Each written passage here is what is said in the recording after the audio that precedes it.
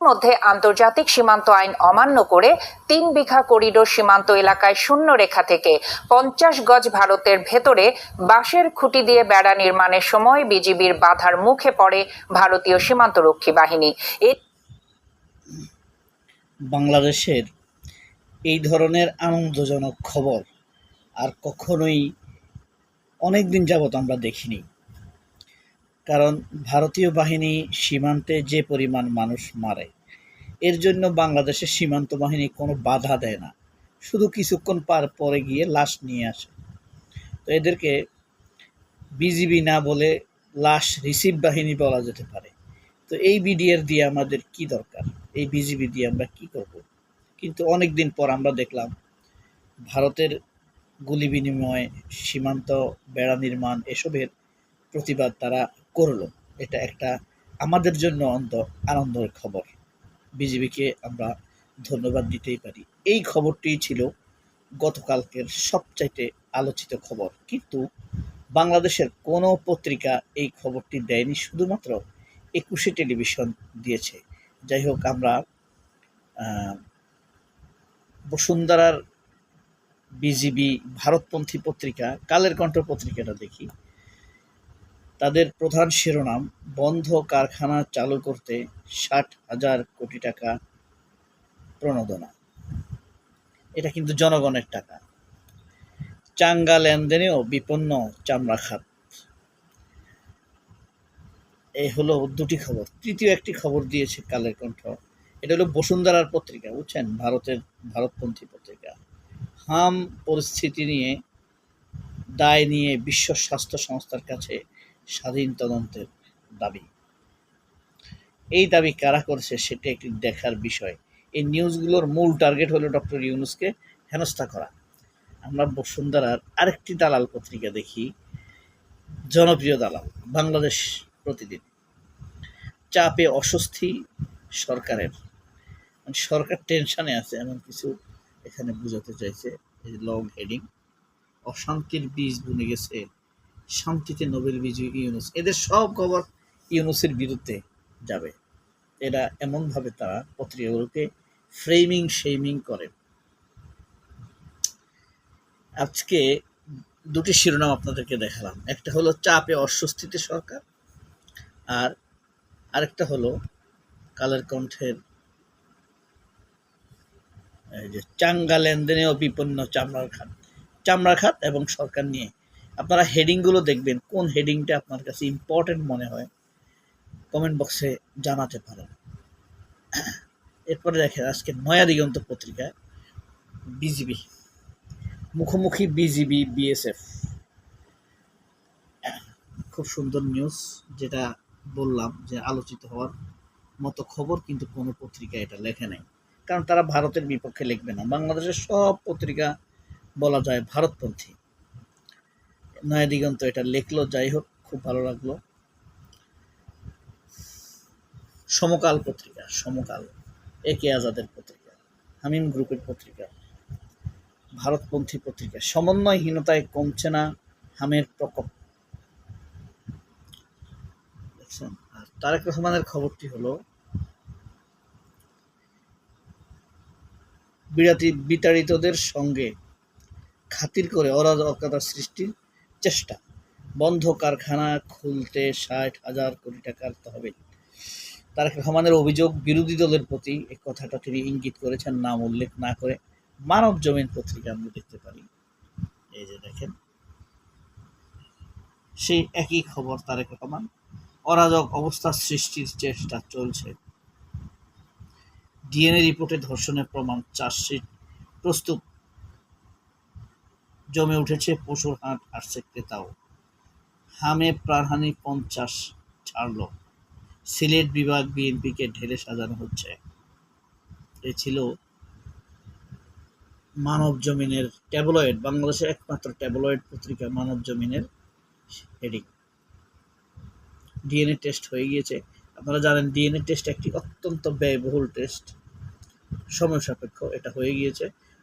সংগ্রাম, ঈদের খুশির পর বাড়তি বিদ্যুৎ বিলের চাপ খড়গ আসছে। অর্থাৎ একটা কথা আছে না, চাঁদ দেখে হেসো না, রোজা তোমায় সাইজ করবে। তো ঈদের খুশি কাটার পরেই আসবে বিদ্যুৎ বিলের ভয়ঙ্কর চাপ। আমরা এসব কাট টাট বাদ দিই, প্রধানমন্ত্রীর উচিত এই বিদ্যুৎ বিলের দাম কমানো, পণ্যদ্রব্যের দাম কমানো। আপনার চাঁদা তুলবেন, বিলের দাম বাড়াবেন, আবার মানুষকে কাট দিবেন, এত ঢং দরকার নেই। জিনিসপত্রের দাম করাই দেন, মানুষের চাকরির ব্যবস্থা করেন। মানুষ ভিক্ষা চায় না, মানুষ নিজেই বাঁচতে চায়।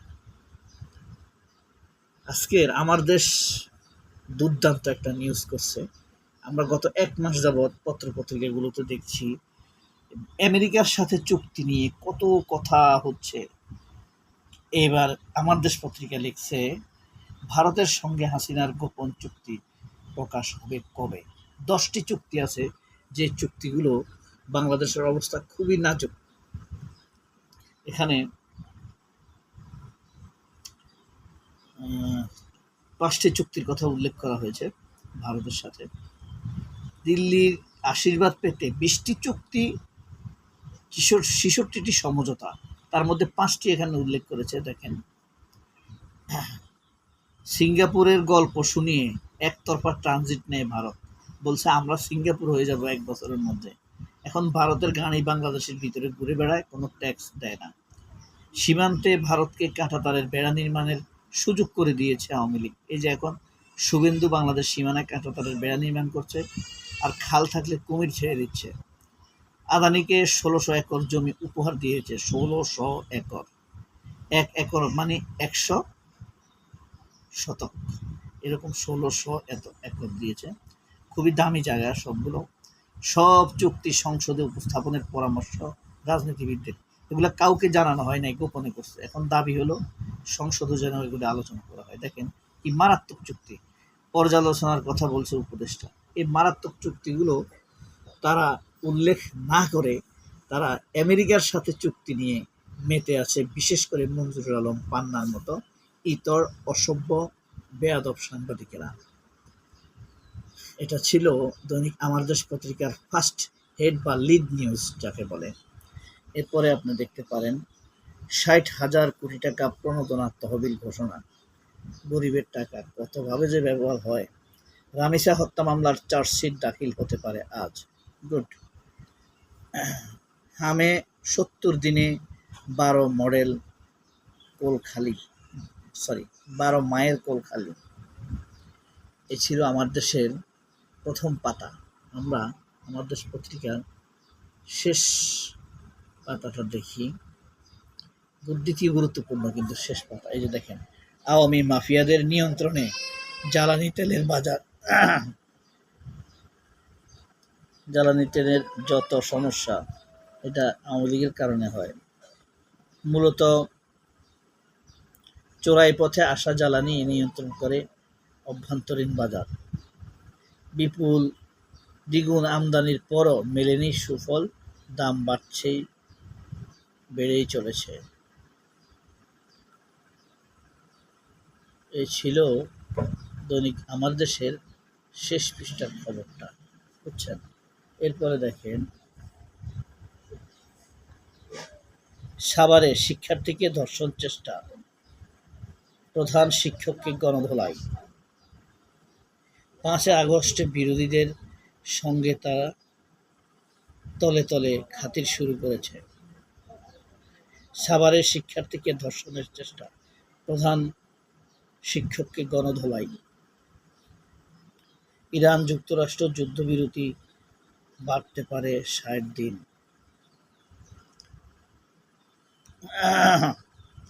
ভারতীয় হেজিমনির দক্ষিণ এশিয়ার নিরাপত্তা হুমকি। আমার দেশ সম্পাদক মাহমুদুর রহমানের বক্তব্য। বকেয়া দিয়ে অনিশ্চয়তার 8 শতাধিক কর্মকর্তা। পরে আপনি দেখেন 15 নম্বর পৃষ্ঠা, 14 নম্বর পৃষ্ঠা, 13 নম্বর, 12,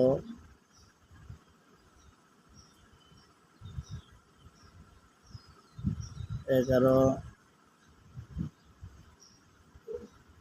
ইউরোপে পোশাক রপ্তানি কমেছে 10,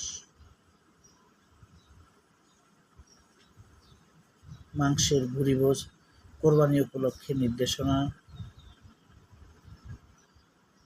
অস্তিত্ব সংকটে পটুয়াখালী, ইরান যুদ্ধে কো-পাইলট নেতানিয়াহু,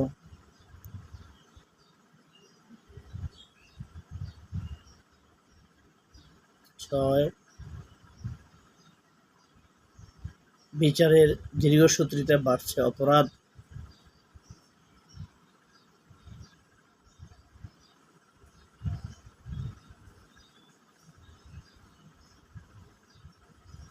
মানবিক মূল্যবোধ আর কত নিচে নামবে এম আবদুল্লাহ।